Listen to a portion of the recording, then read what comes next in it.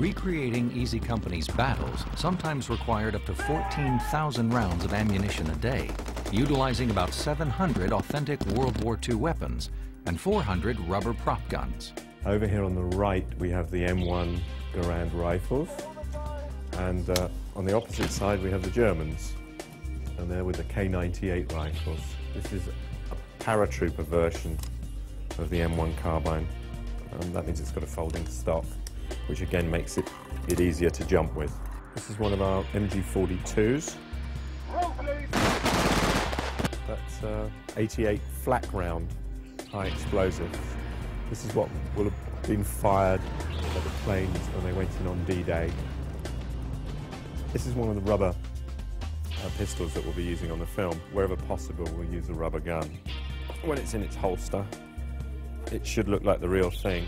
This is one of our rubber 5.0s that we've just finished painting up. As you can see, we've just highlighted the rubber here to make it look a little bit like metal.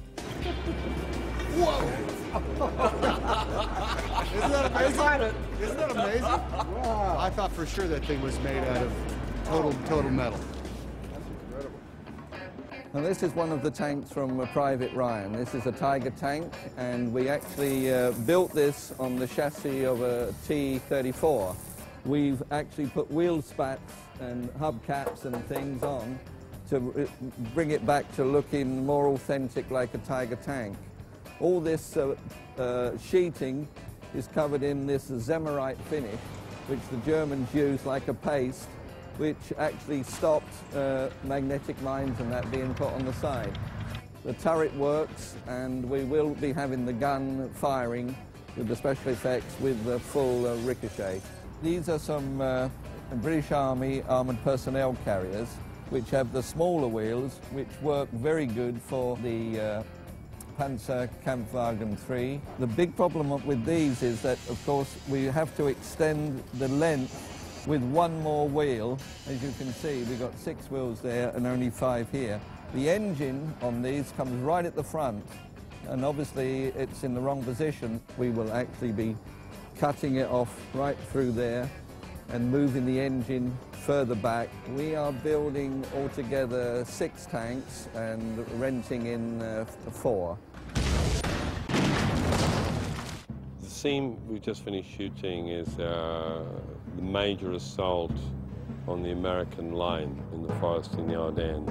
The battle was planned by Captain Dale Dye, and we only shot it once. This will be a close-in, hold-a-hole fight between Easy in these holes here and that infantry. It's a difficult thing because we have 5 cameras running on it, and because we've got explosions, to make sure everyone, not only the stuntmen, the extras, the drivers of the vehicles, know exactly where they are, when they're going to go off, where their vehicle should be when it goes off.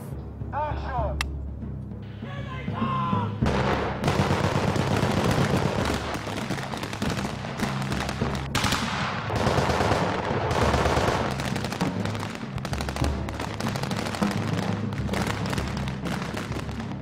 This is a big shot. I think it's probably one of the biggest in the film so far.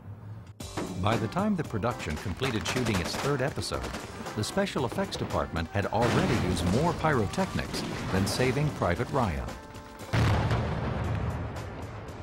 What we've developed here is an air hit. There's a system in here that activates this valve here that allows the blood, and the air is pressurized in here to come straight out, and it blasts through the little cloth plug that we put on here and then pushes the blood straight out at high velocity. The great thing with this is, like I say, the actor can wear this, run around, do whatever he likes, and he actually fires it himself from a button that would conceal up his arm. You just press this button and off we go. Action!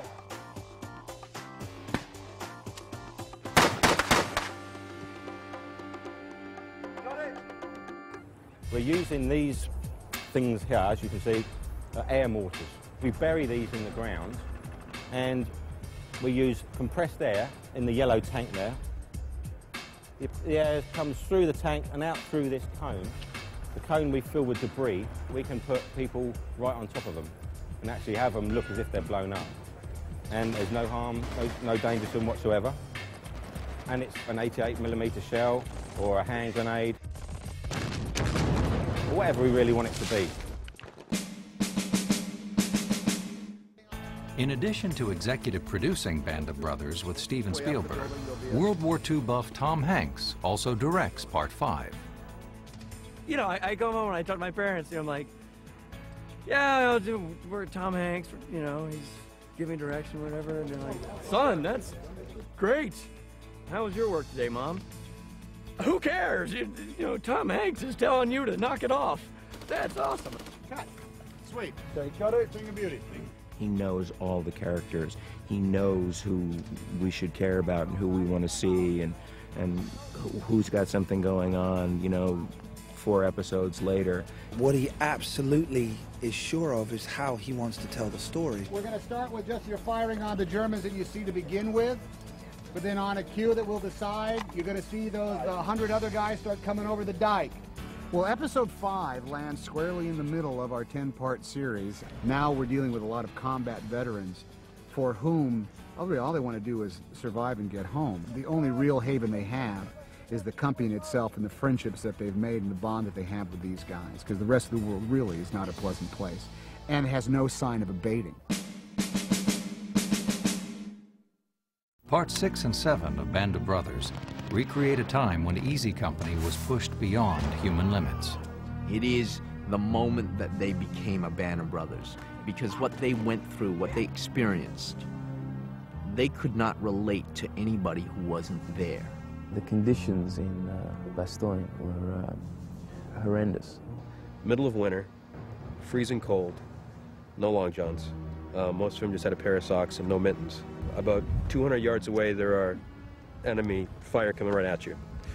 And you have to basically stay your position for the next month and try not to get killed and try to take more ground. And most of the guys didn't make it. You know, and these guys were losing limbs. These guys were dying for their best friends. Now you've got no food, and you're eating snow, and you're kind of hallucinating, and everything's falling off because of frostbite. That doesn't even come close to what it really was. The art department constructed the Beaujacq forest in a huge airplane hangar using hundreds of real trees and 250 trees created by the special effects department. We created our own trees, which are a mixture of fiberglass, as is this one, hemp and latex to give a shattered tree look, and foam trees, hard foam trees with a cardboard tubed core that keeps the weight down. The Germans, for that section of the war, set their timers on their mortar rounds so they would explode in the tree tops. So the soldiers not only got the shrapnel from the mortar rounds, but they got shrapnel from trees being hit. When we've got to do a tree being hit by a mortar round, as this one has been, supposedly, we've got the tree section, and then there's a hole in the middle here, you can see, that we put our now full-size foam section of the tree. And we put those onto the stump, and we can blow the whole tree, do a big hit in the bottom, and see the tree actually fall over.